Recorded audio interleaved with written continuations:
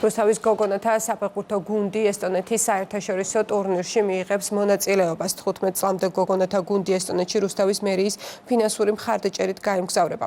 ქალთა საფეხბურთო გუნდი რუსთავში 2023 წელს ჩამოყალიბდა და საქართველოს ჩემპიონატზე ასაკობრივ გუნდებს შორის მეოთხე ადგილი დაიკავა.